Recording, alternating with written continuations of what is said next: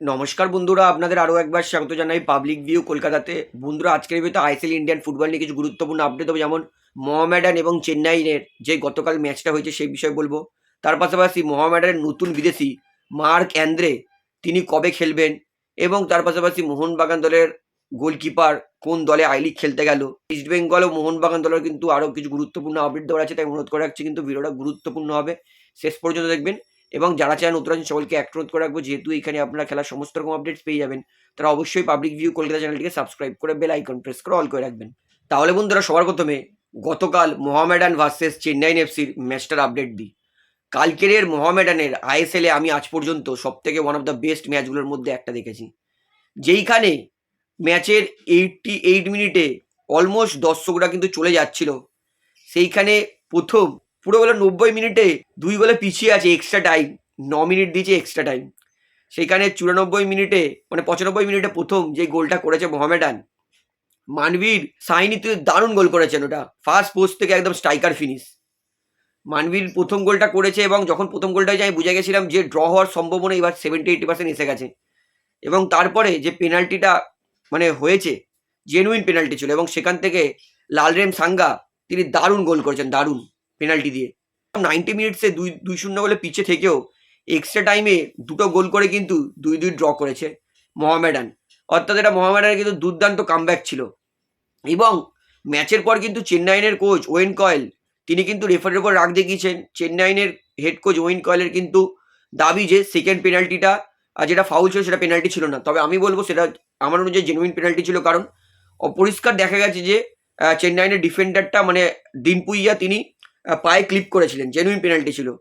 তো যাই হোক, মোহামেডান তারা কিন্তু দুর্দান্ত কামব্যাক করেছে, এবং কেসিমভ যদি শুরুতে পেনাল্টিটা যদি মানে মিস বলবো না, যদি ক্যাসিমভ যদি আরটু বেটার পেনাল্টিটা মারতো, তাহলে কিন্তু মোহামেডান এই ম্যাচটা 3-2 জিততেও পারতো। যাই হোক, ক্যাসিমভ তিনি ব্যাঙ্গালোরের বিরুদ্ধে দুর্দান্ত ফ্রিকিকটা মেরেছিলেন, তো তারপরে তিনি মিস হতে পেনাল্টি মিস হতেই পারে, এটা কোনো একটা বড় ফ্যাক্ট নয়।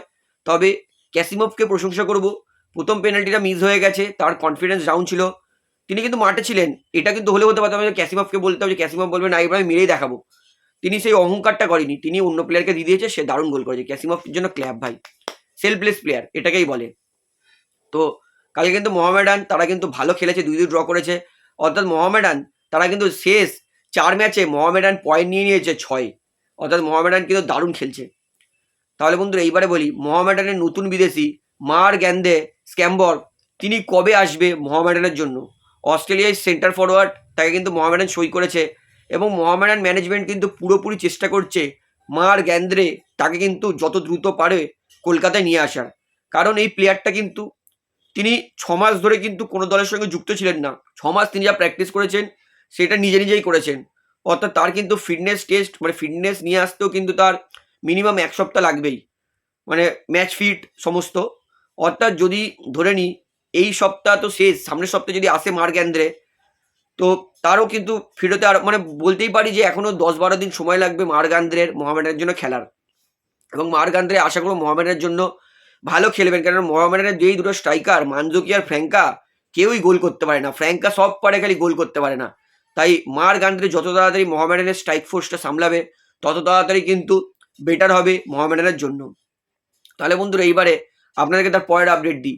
এইটা হচ্ছে ইস্ট বেঙ্গল দলের নতুন বিদেশি রিচার্ড সেলিস, তিনি প্রথম দিন কিন্তু প্র্যাকটিসে দুর্দান্ত প্র্যাকটিস করেছিলেন, কিন্তু গতকাল প্র্যাকটিসে তিনি কিন্তু আসেননি, তার সামান্য কুচকিতে চোট ছিল। অর্থাৎ প্রথম দিন প্র্যাকটিস করে দ্বিতীয় দিন প্র্যাকটিসে কিন্তু চোট পেয়েছে রিচার্ড সেলিস। তবে স্ক্যান রিপোর্ট করা হয়েছিল, স্ক্যান রিপোর্টে খুব একটা গুরুতর কিছু বেরোয়নি, এবং রিচার্ড সেলিস তিনি কিন্তু গতকাল বিকেলেও কিন্তু নিজেকে সুস্থ বোধ করেছেন।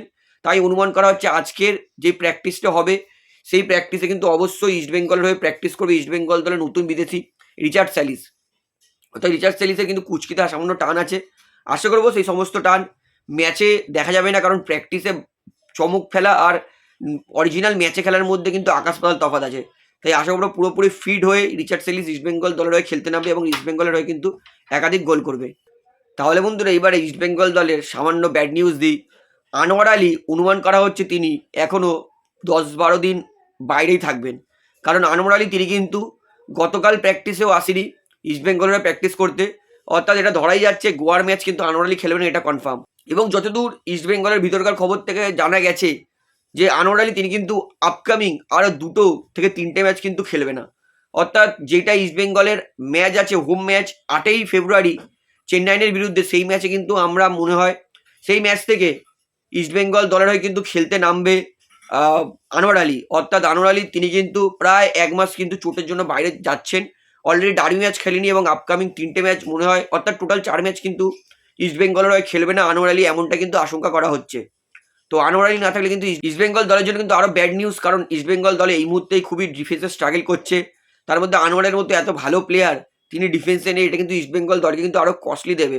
অর্থাৎ আনোয়ার ফিরতে ফিরতে ইস্টবেঙ্গল দল কিন্তু নিজের 18 নম্বর 19 নম্বর ম্যাচ খেলবে। অর্থাৎ সেই জায়গায় যদি ইস্টবেঙ্গল দল ভালো পারফর্ম না করতে পারে, তাহলে কিন্তু আরও একবার এই সিজনেও ইস্টবেঙ্গল দল টপ 6-এর দৌড় থেকে কিন্তু বেরিয়ে যাবে। ইস্টবেঙ্গল দলের জন্য আরেকটু ব্যাড নিউজ, সেটা হচ্ছে হিজাজি মার তার কিন্তু সামান্য ইঞ্জুরি আছে। গতকাল প্র্যাকটিসে কিন্তু হিজাজি আর হেক্টর দুজনেই কিন্তু প্র্যাকটিস করেনি। যদিও হেক্টর ইউসতে তিনি কিন্তু পরিষ্কার জানিয়েছে যে তার সেরকম কোনো ইঞ্জুরি নেই, তিনি পুরোপুরি ফিট আছেন, তবে তিনি খুব ক্লান্ত হয়ে গেছেন।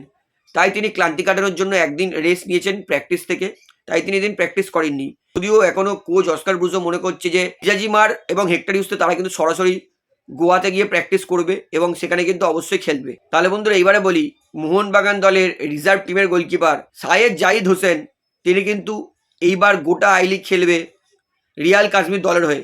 মোহনবাগান থেকে সাইয়েদ জাহিদ তিনি কিন্তু লোনে রিয়াল কাশ্মীর দলে গেছেন এবং রেস্ট অফ দ্য সিজন কিন্তু লোনে তিনি রিয়াল কাশ্মীর হয়ে গোলকিপিং করবেন। তাহলে বন্ধুরা এইবারে আপনাদেরকে বলি, জেসন কামিংস তিনি কিন্তু বলবো সামান্য একটু মজার ছলে এবং সামান্য অপমানের ছলে কিন্তু ইস্টবেঙ্গল দলের হয়ে বললেন। এই মুহূর্তে কিন্তু কলকাতার বাজারে প্রচণ্ড গরম, যে ইস্টবেঙ্গল রেফারির জন্য কিন্তু ভালো ফলাফল করতে পারছে না, এবং এই নিয়ে কিন্তু বারবার ইস্টবেঙ্গল দলকে প্রেস কনফারেন্স করতেও দেখা গেছে। জামশেদপুর ম্যাচের আগে যখন জেসন কামিংসকে জিজ্ঞেস করা হয় যে আপনাদের চিরপ্রতিদ্বন্দ্বী ক্লাব ইস্টবেঙ্গল রেফারির জন্য কিন্তু ভালো ফলাফল করতে পারছে না, তো সেই নিয়ে আপনি কি বলবেন? জেসন কামিংস তিনি সামান্য হেসে বলেন, আপনি বলতে চাইছেন যে ইস্টবেঙ্গল দল রেফারির জন্য জিততে পারছে না? Come on man, get a life, referee don't keep clean sheets, neither they do score. মানে জেসন কামিংস বলছে, আরে ভাই কোন জগতে বেঁচে আছো? রেফারি তোমার হয়ে ক্লিন সিট নেবে না, না রেফারি তোমার হয়ে গোল করবে। রেফারি থেকে মন সরাও এবং নিজেদের খেলায় ফোকাস করো। এই কথাগুলো কিন্তু সামান্য হেসে বলেছেন জেসন কামিংস। অর্থাৎ জেসন কামিংস তিনি কিন্তু পরিষ্কার বলছেন যে ইস্টবেঙ্গল দলের এবার রেফারিকে দোষ না দিয়ে নিজের খেলায় ফোকাস করতে হবে, কারণ রেফারি আপনার হয়ে ডিফেন্স করবে না, না রেফারি আপনার হয়ে গোল করবে। তো জেসন কামিংসের এই বক্তব্য শুনে আপনার কি মনে হয়, ইস্টবেঙ্গল দলের বিরুদ্ধে কি জেসন কামিংসের এই কথাটা বলা উচিত ছিল? সেটা আমাকে অবশ্যই কমেন্টে জানাবেন। তাহলে বন্ধুরা ভিডিও এখানে শেষ করছি, আশা করি ভালো লাগলো। তো ভিডিওটি ভালো লাগলে অবশ্যই লাইক করুন, কমেন্ট করুন, শেয়ার করুন এবং চ্যানেল নতুন সবাইকে এক অনুরোধ করবো, তারা অবশ্যই পাবলিক ভিউ কলকাতা এই চ্যানেলটিকে সাবস্ক্রাইব করে বেল আইকন প্রেস করে অল করে রাখবেন। ধন্যবাদ।